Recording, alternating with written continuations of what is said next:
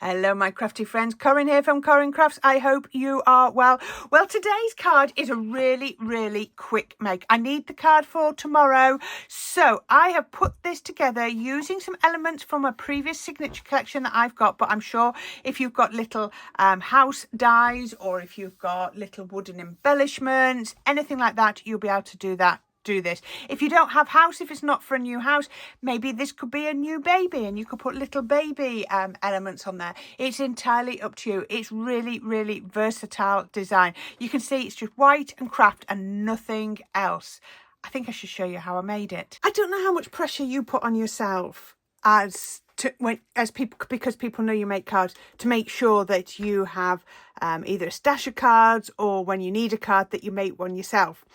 I do feel like it's not pressure sometimes, but I just feel sometimes, I don't know if the word is expectation, but yeah, you suddenly go, oh, I need a card tomorrow. Oh, I can't pop to the shop. I better make one. And that's where I'm at tonight. I need a new home card tomorrow. So I thought, what could I make? So I remembered my Trinity Christmas winter scenes. It's from a previous signature collection I did. And I've got these ones here. I'm basically going to use this die here, single die. And I'll show you what it looks like. So it's just a single die. So just to show you, you've got the houses. I've got the trees. I did cut them out, but I don't think I'm going to use them. Now, just to let you know, when I was at the NEC back in March, I saw my set. This set was still available from Carl's Crafts. I don't know what Carl's Crafts is. It seems to be a store that sells lots of ends of lines. He had some of those, so I know that much. Anyway, so that's what I'm going to do. It's going to be a very simple card. It's going to be white and craft, and we're going to stick to white and craft, and we're going to make it absolutely gorgeous. Okay, so first thing you need to do, I've got my topper, and my topper is just 5 inches square. So it's the first bit's not going to be too big.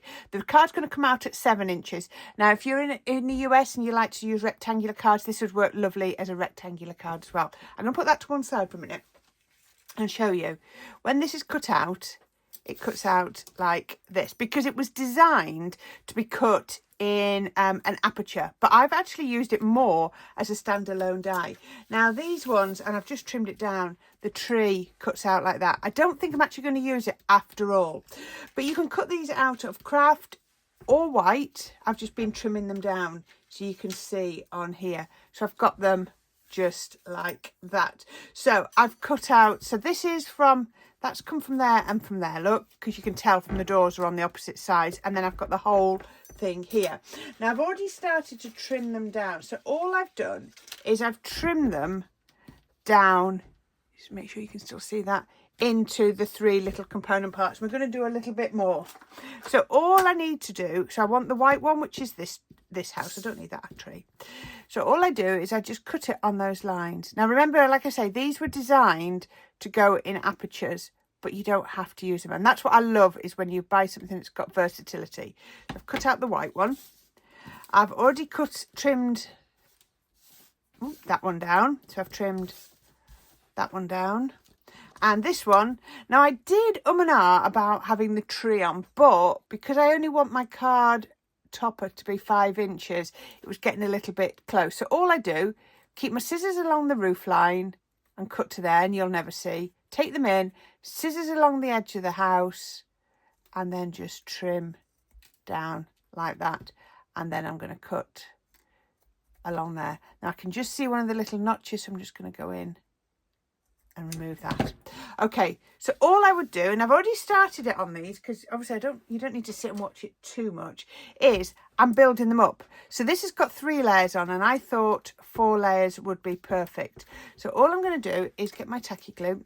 You could use your precision glue gun, you could use a tape pen, you could even cut these out on with a sticky adhesive backing, however you want. And I'm just going to line them up, and they line up really easy because they're nice square shapes. All I do is I just tap them together and they just line up perfectly. You can't see any of the others underneath, do you? They line up so easily. A little bit of tacky glue on here, just in all the bits. Make sure I've got it on the right one. Line it up just Look at that, they line up perfect. Now look at these, they're like little chipboard ones now. So if you wanted to do, if you wanted suddenly to have like one of your houses coloured, if you know what colour front door you've got for your whoever you're giving this card to, I could paint one of these. So instead of doing one white, I could, I don't know, let's just say they've got a bright blue front door. I could paint one of these bright blue. I think that would look absolutely lovely. So much fun. And it's about, you know, the only other housewarming card I did was for my daughter back in December when she moved, and I made that personalised by having the street number on the house. So yeah, so you know, make it how you like. So there are my 3 houses. So they're going to go on my piece of card, and I'm going to pop them just like that. So you can see it's sort of white and white. It is quite a clean and simple card. But what I need is I need a sentiment down here. What I would suggest you do with this is, because you put glue on, I'm going to put them there that you can see. All I would be doing then, stamp block, put my stamp block on top and put something on that's going to be weighted. And that's not heavy enough, is it? Right, there you go. And that's going to hold that down while I do the next bit of my card, and it's going to make sure all that glue's dried.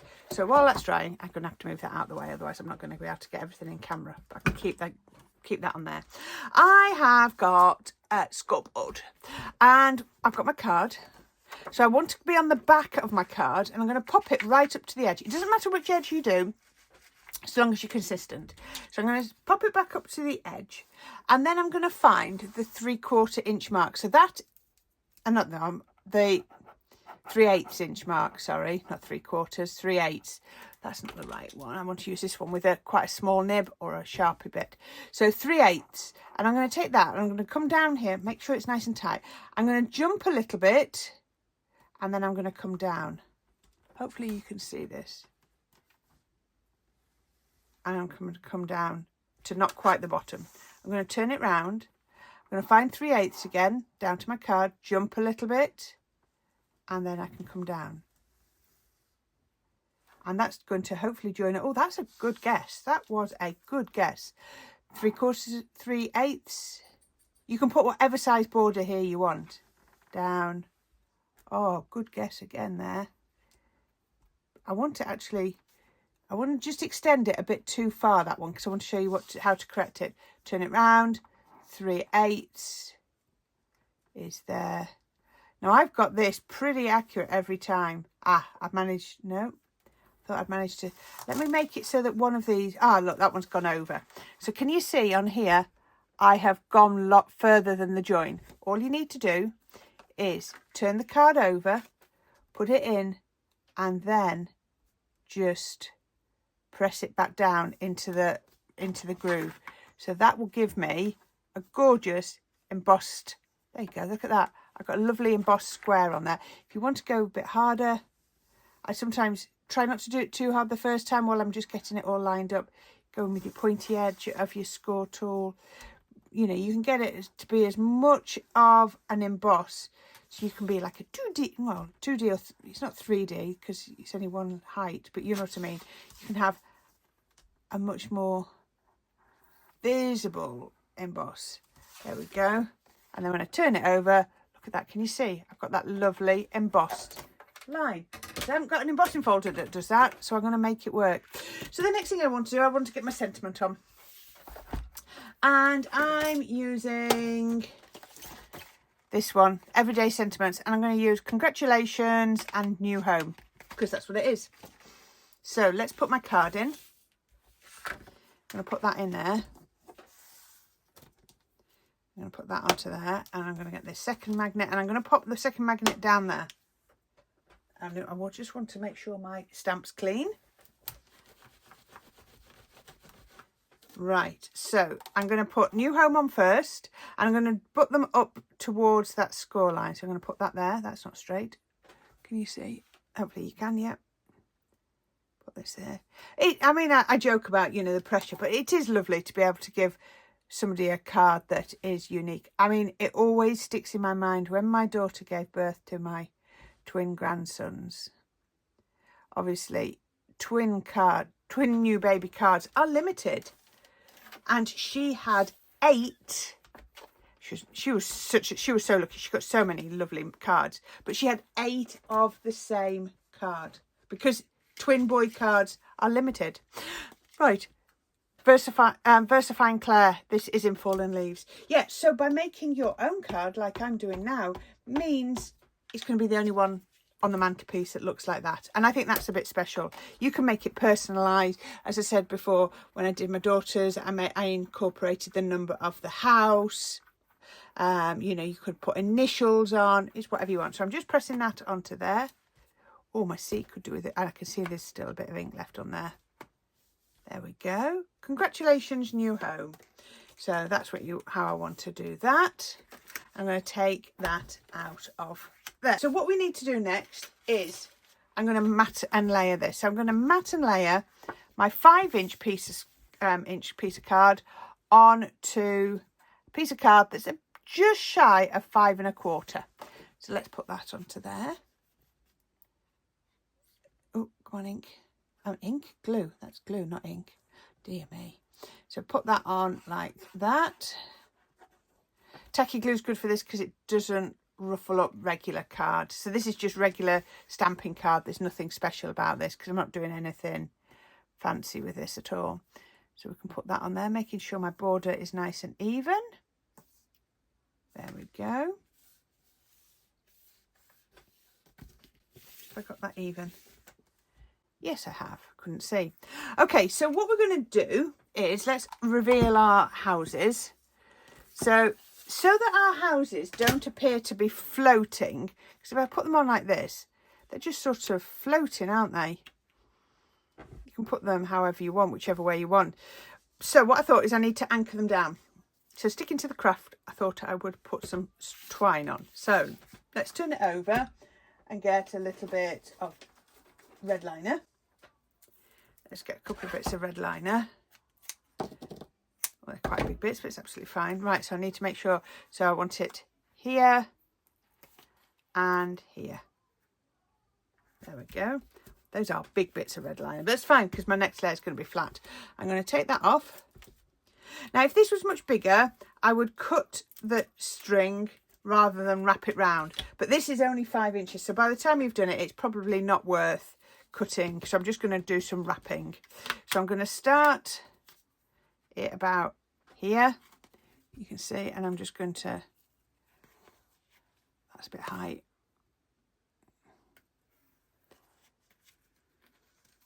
Let's just wrap it round. So this is just like a natural twine. You could do this in white, you could do this in whatever, a brown. Now, is that straight? I think it is. I'm going to do a 4th. I normally I do 1s, 3s and 5s, but I'm going to do a 4th layer. And then I'm going to take it back to there. And I'm going to give that a trim.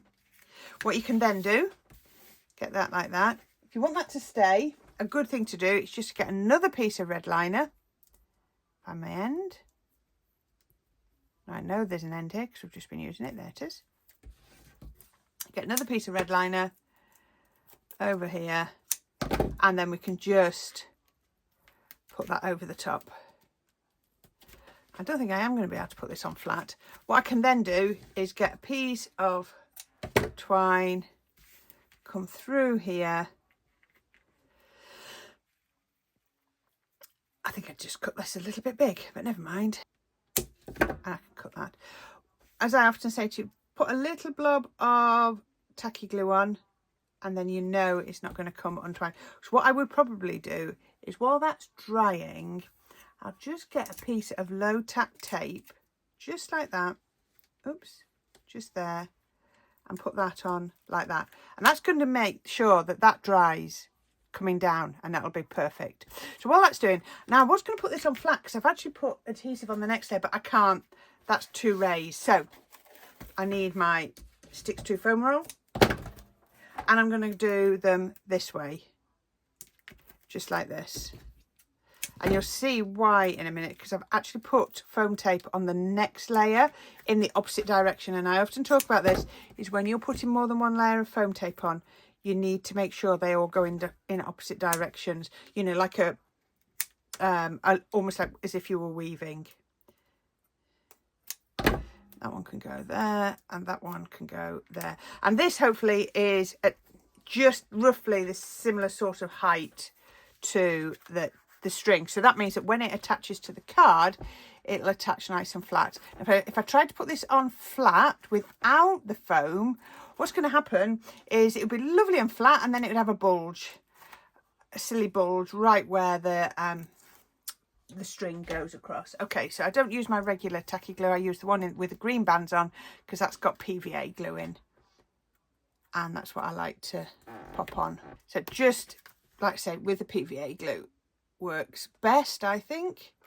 You can use a Pritt stick, you know, glue stick, whatever you want, but just to give me that wriggle room, because my next piece of card is only an eighth, somewhere between an eighth and a quarter of an inch bigger. It's not much at all, and that's given me wriggle room to move it. I can feel myself being able to move that I would, look, you can see it's moving, that it wouldn't be able to move if it was just the foam tape. Right, so there we go.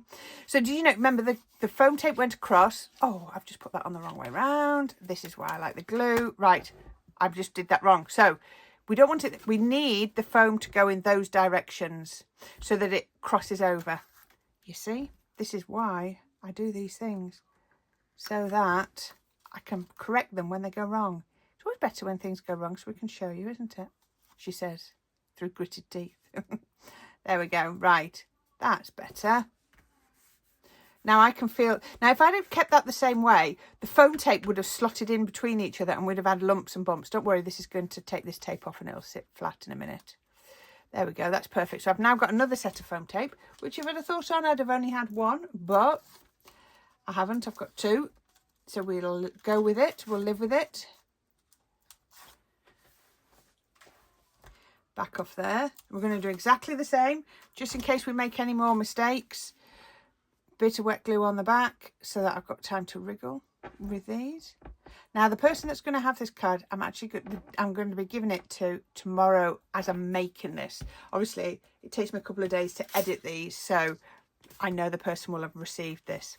So I've got a card base. This is a card base for a 7-inch envelope, so it's about 6 3/4. So we're just shy of 2 inches difference from the topper to the card base, and I've done exactly the same craft and white, so I wanted to make sure that my colours matched.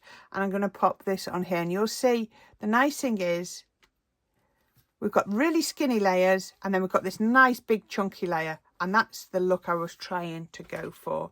Okay, so let's take this off so that there you go, it pops back up, but that tacky glue started to dry, look, so it's going to hold in place. And all I'm going to do now is I'm going to pop these on.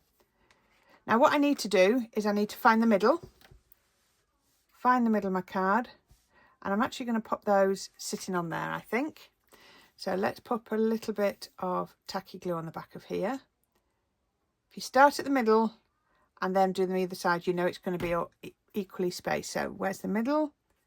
Middle of my score line. There, sitting on that rope. It's anchored then, isn't it? We know it's going to look right. Otherwise the houses would have been floating in midair. Let's put another one on, making sure it's coming inside. They have to be quite snug because I've got that embossed line just there. And then popping this on here. So this is coming out as a lovely, clean and simple card. I'm really pleased with how this is turning out. So I've got the same gap either side, and I put that on there, and there you go. Now let's have a look. Is this going to look right with a couple of gems? I think it might. We're just going to do water droplets, so we're just going to go jumping around. That was jumping there. I'll get it the right way around.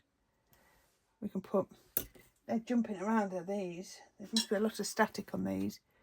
Which one was it? That one. We have the tools to do these things, don't we? So I don't know why we don't automatically use them. Try and make sure they're equally spaced. I must have dropped that one. I didn't see that one go down.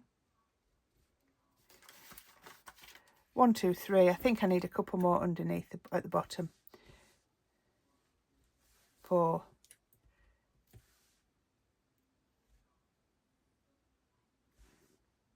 I'm going to put that one up there. There we go. And that is it, my friends. I think that is lovely. Very, very clean and simple. Very quick to make. But how beautiful is that? Quite a modern look. I really do like that. And that was really quick and simple to put together. I need it for tomorrow. I know that's all going to be dry. It's going to fit into a 7-inch envelope. It's raised. It's got 2 lots of foam. And if you look, those houses are 4 pieces of card deep, but it's still going to fit in a regular envelope. So there we go. I'll try and let you know when I post this. I will put in the comments, hopefully, how the card went down. Hopefully it'll go down lovely and well, and they will like it too. So there you are, my friends. I hope you enjoyed that. No doubt the next project I make will be completely different. You know me, a little bit random in that perspective, is my cards are so eclectic, but it's what I enjoy, what just grabs my fancy at the time of making. So until next time, my friends, on the left will be a link to another video. On the right will be the link to subscribe. If I haven't already done it, I am so close to 6,000 subscribers.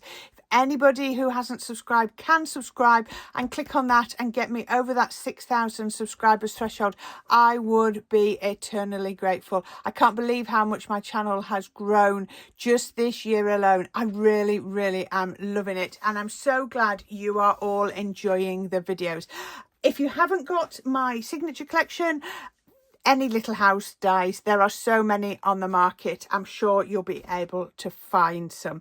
So until next time, my friends, you take care. Go look at what crafty stash you've got. Enjoy your crafting. I hope you've enjoyed this video and I can't wait to see what we're going to make next time. Until then, bye for now.